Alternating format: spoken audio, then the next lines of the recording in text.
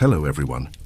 Tonight we journey to the Nine Worlds, to a time before time when gods walked the earth and giants ruled the frozen wastes, when a great tree connected all of existence, when fate was woven by three sisters who knew the destiny of every living thing, when the end of the world was not a distant possibility, but an inevitable certainty.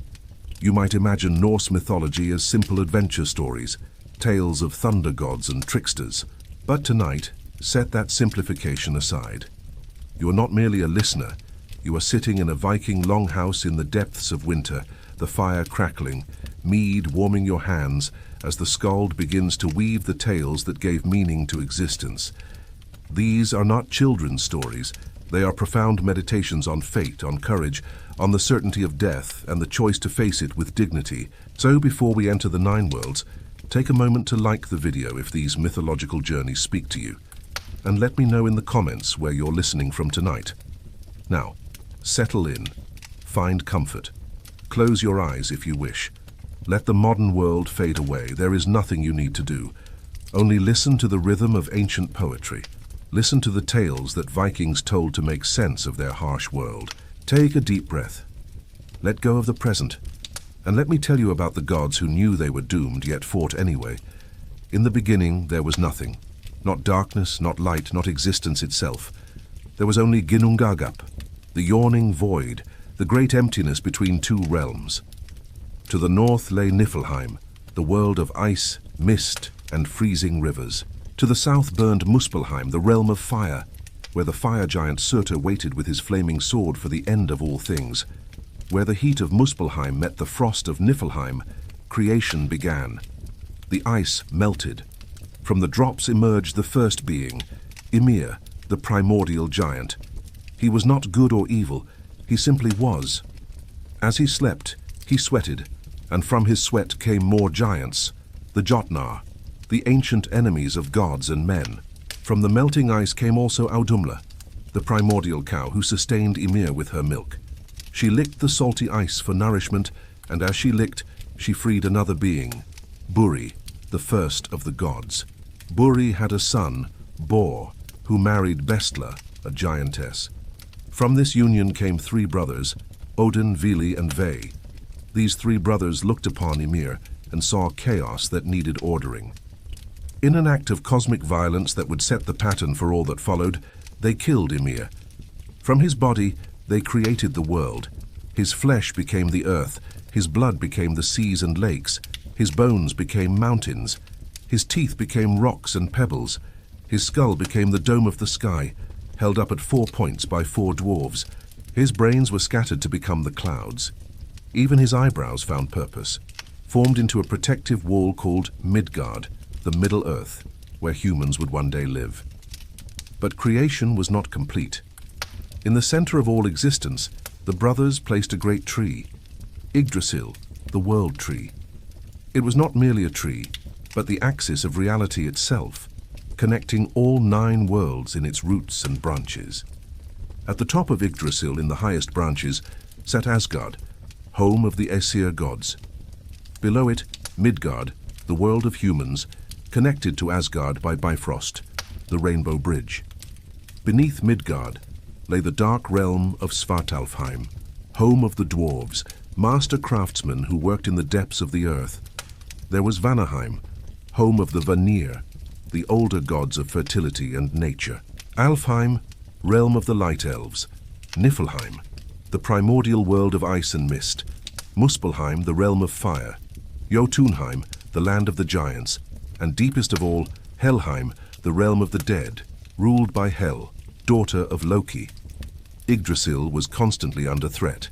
A great serpent, Nidhogg, gnawed eternally at its roots in Niflheim. 4 stags ate its leaves, yet the tree endured, watered by the Norns, the 3 sisters who dwelt by the well of fate at its base. These sisters, Urd what was, Verdandi what is, and Skuld what shall be, wove the fate of every being god and mortal alike. Even Odin himself could not escape their weaving. This was the cosmos, interconnected, threatened, doomed to eventual destruction, yet magnificent in its complexity. And in Asgard, at the top of the tree, dwelt the gods. Odin was not a gentle god. He was the All-Father, the ruler of Asgard, but his rule was won through cunning, sacrifice, and an insatiable hunger for knowledge. He was the god of wisdom, poetry, war, and death. He was the wanderer, the one-eyed traveler who moved through the 9 worlds in disguise, testing heroes, gathering information, preparing for the inevitable end. Why one eye? Because Odin sacrificed it for wisdom. He went to Mimir's well, which lay at the roots of Yggdrasil and contained all the knowledge of the cosmos. Mimir, the wise being who guarded the well, demanded a price, an eye. Odin did not hesitate. He plucked out his own eye and dropped it into the well. From that day forward, he saw less but understood more. But that sacrifice was not enough. Odin wanted the runes, the ancient symbols of power that could shape reality itself. To gain them, he performed an act of shamanic self-sacrifice that echoes through Germanic mythology. He hung himself from Yggdrasil, pierced by his own spear, for 9 days and 9 nights. No food, no water, alone in agony, suspended between the worlds.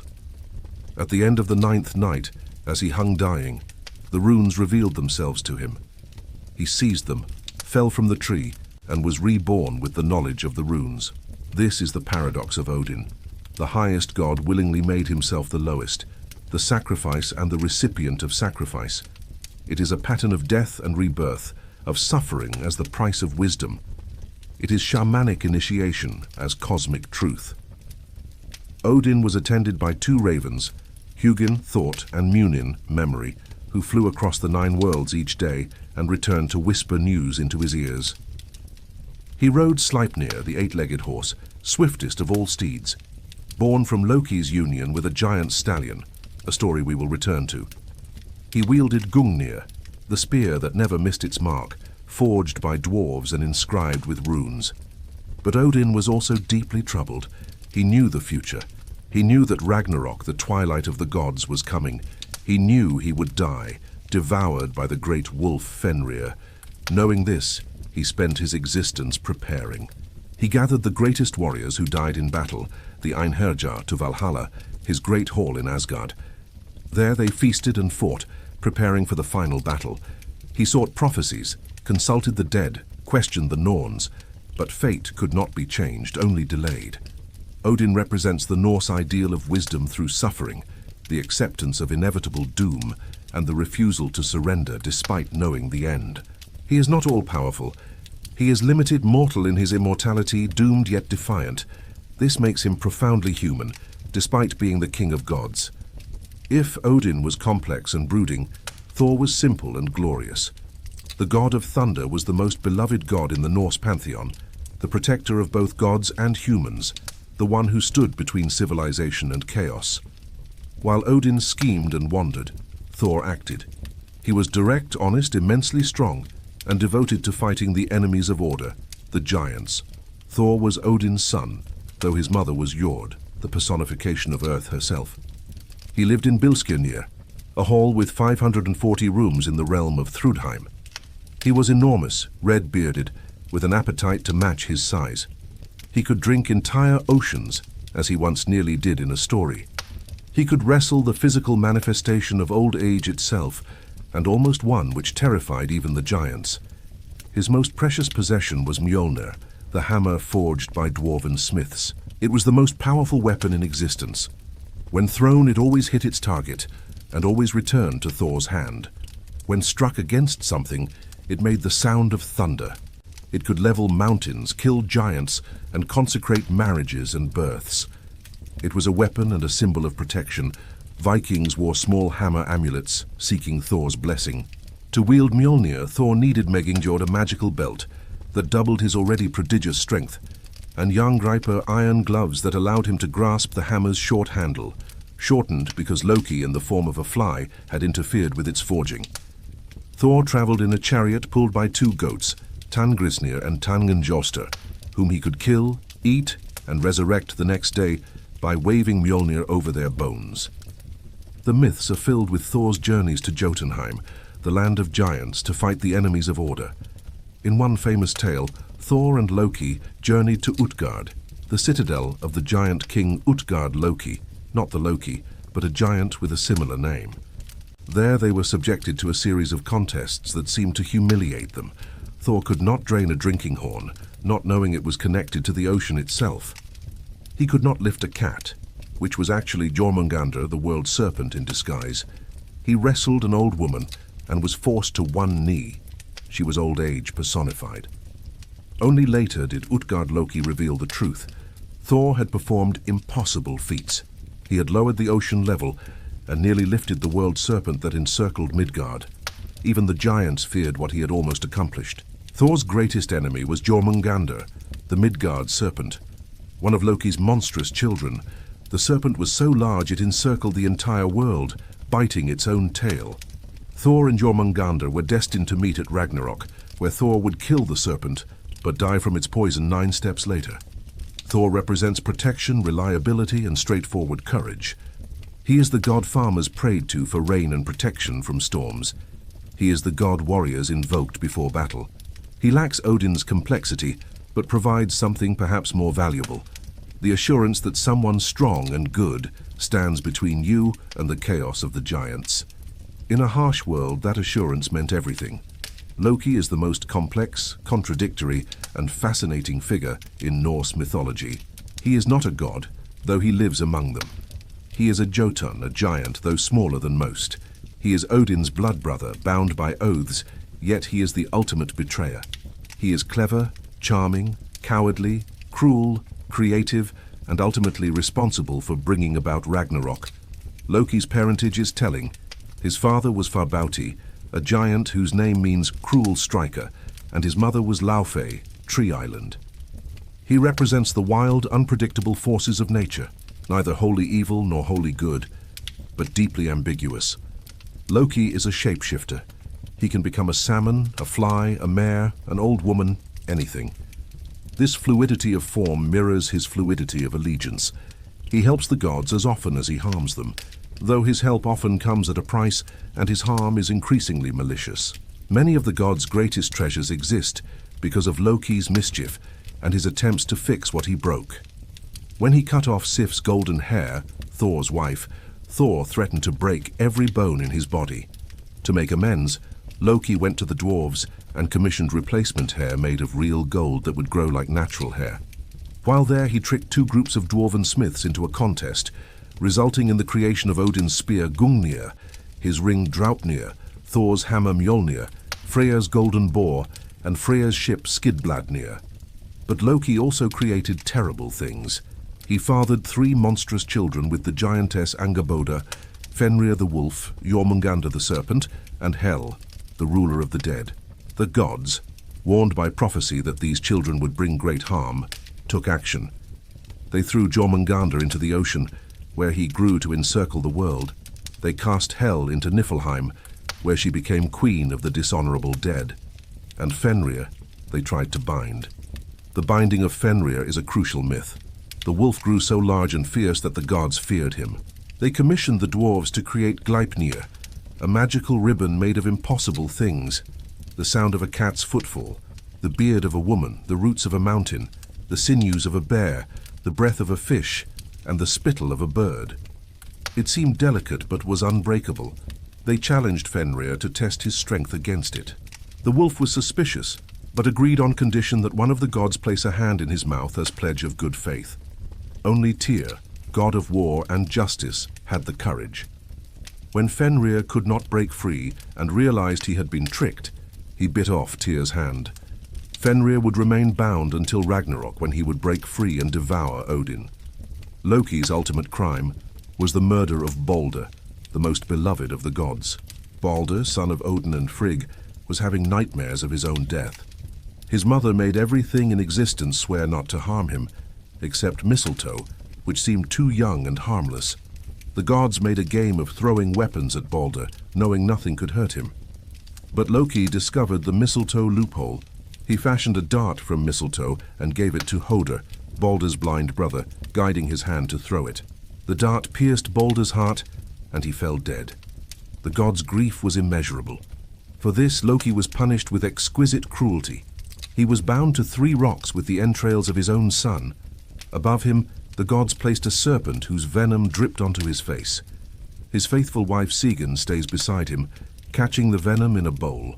But when she must empty it, the venom falls on Loki's face, and his writhing causes earthquakes. He will remain bound until Ragnarok, when all bonds will break. Ragnarok. The word means fate of the gods or twilight of the gods. It is not a possibility. It is a certainty. Every god knows it is coming. The Norns have woven it into the fabric of fate. And nothing, not Odin's wisdom, not Thor's strength, not any preparation, can prevent it. The signs of Ragnarok are unmistakable. First comes the Fimbul winter, 3 years of unbroken winter with no summer between. Snow falls from all directions. Winds howl. The sun gives no warmth. This winter of winters will break the spirit of mankind. Brother will turn against brother. Father will fight son. All bonds of kinship will dissolve. Then the wolves who chase the sun and moon will finally catch their prey and devour them. The sky will go dark. The stars will fall from the heavens. The earth will shake with terrible earthquakes. Mountains will crumble. Trees will be uprooted. And all bonds will break. Fenrir will break free from Gleipnir. Jormungandr will rise from the ocean, causing tidal waves that flood the land. Loki will break his bonds and join the giants.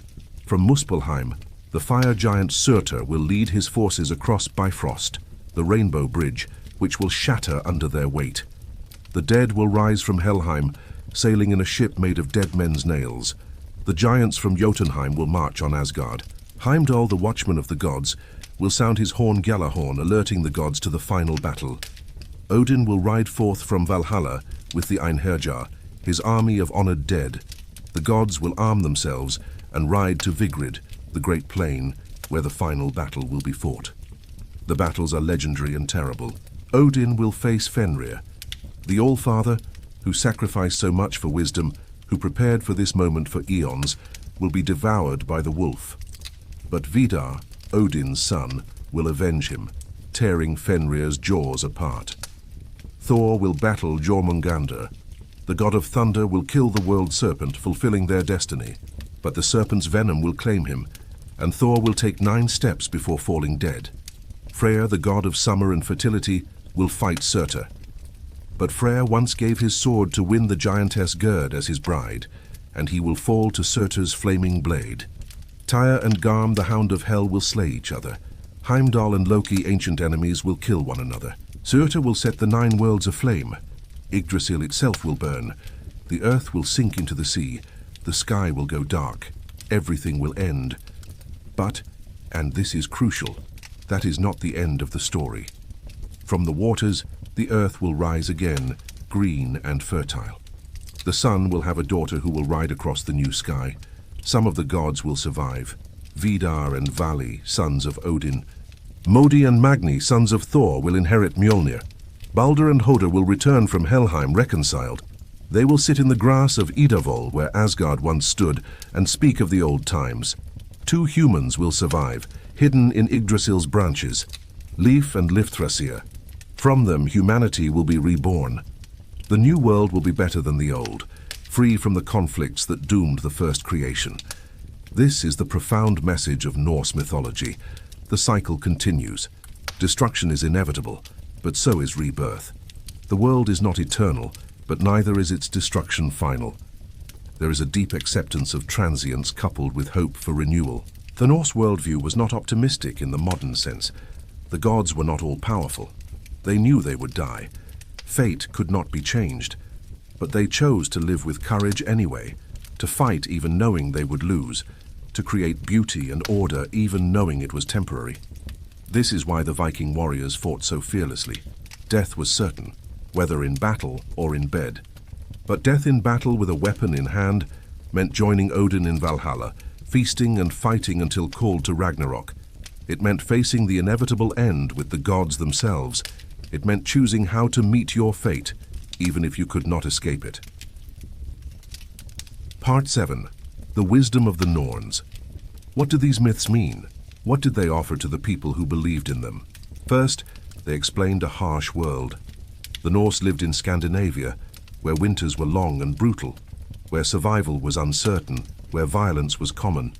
Their gods were not remote or perfect. They struggled, suffered, and died. They reflected the world as it was, dangerous, beautiful, and temporary. Second, they provided a framework for understanding fate. The concept of wired, of destiny woven by the Norns, was central to Norse thinking. Your fate was set, but how you met it was your choice. This created a culture that valued courage, honor, and reputation above all. If you cannot control your destiny, you can at least control how you face it. Third, they celebrated complexity and contradiction. Odin was wise but cruel. Thor was strong but could be fooled. Loki was clever but destructive. The gods were not moral exemplars, but powerful beings with their own agendas. This reflected a sophisticated understanding that the world is not divided neatly into good and evil. Fourth, they honored the cycle of creation and destruction. Nothing lasts forever. Even the gods die. But from destruction comes rebirth. The farmer who watched his crops grow and die each year understood this cycle. The warrior who saw empires rise and fall understood this cycle. It was woven into existence itself. These myths were not meant to be taken literally in the way modern readers might expect. They were poetry, metaphor, wisdom teachings preserved in story form. The skalds who recited them were not recording history, but transmitting cultural values, explaining the cosmos and making meaning from chaos. Part 8.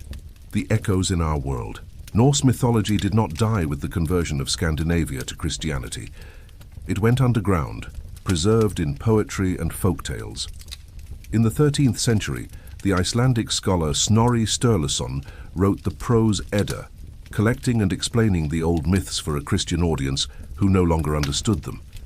The Poetic Edda, compiled around the same time, preserved ancient poems about the gods. These texts became the primary sources for our understanding of Norse mythology. They are incomplete. Much was lost during the conversion. They are filtered through a Christian lens. Snorri was Christian and shaped the stories accordingly. But they preserved enough for the myths to survive. In the modern world, Norse mythology has experienced an extraordinary revival. The days of the week bear the gods' names. Tuesday, Tyr's Day. Wednesday, Odin's Woden's Day. Thursday, Thor's Day. Friday, Frigg's Freya's Day. The names of places across Scandinavia and England preserve echoes of the old beliefs. More recently, the myths have inspired countless works of literature, art, and popular culture. Wagner's Ring Cycle reimagined Norse mythology for opera. Tolkien drew heavily on Norse sources for The Lord of the Rings.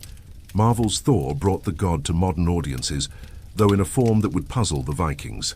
Video games, television series, novels all return again and again to the gods of Asgard. Why? Perhaps because the Norse myths speak to something fundamental. They acknowledge that the world is difficult, that suffering is real, that death comes for everyone. But they also insist that meaning can be found in how we face these truths, that courage matters, that beauty is worth creating even if it will not last, that the cycle continues and from every ending comes a new beginning. The gods of Asgard knew they were doomed. They fought anyway, they lived anyway, they created anyway. In that choice lies a wisdom that transcends the specific myths and speaks to the human condition itself. Epilogue, the Skald's final words. And so the tales are told. The gods have fought their battles, woven their fates, and awaited their doom. The 9 worlds have turned through their cycles. Yggdrasil stands eternal, gnawed by serpent and deer yet enduring. The Norns weave at the well of fate, and somewhere in the branches of the world tree, Lif and Lifthrasir wait for the world to be reborn. These stories are not endings but beginnings. They are invitations to understand existence not as a problem to be solved but as a mystery to be lived. The gods did not ask for immortality or escape. They asked for the courage to face what comes, the wisdom to understand their place in the pattern, and the strength to meet their fate with dignity. Let these ancient words fade now. Let the gods return to their halls in Asgard. Let the fire in the longhouse burn low. Rest in the knowledge that the stories endure, that wisdom echoes through the ages, that the great tree still connects all things. Sleep now, sleep deeply. Dream of 9 worlds and a tree that holds them all. And rest. The skald has spoken, the tale is told, and you can rest.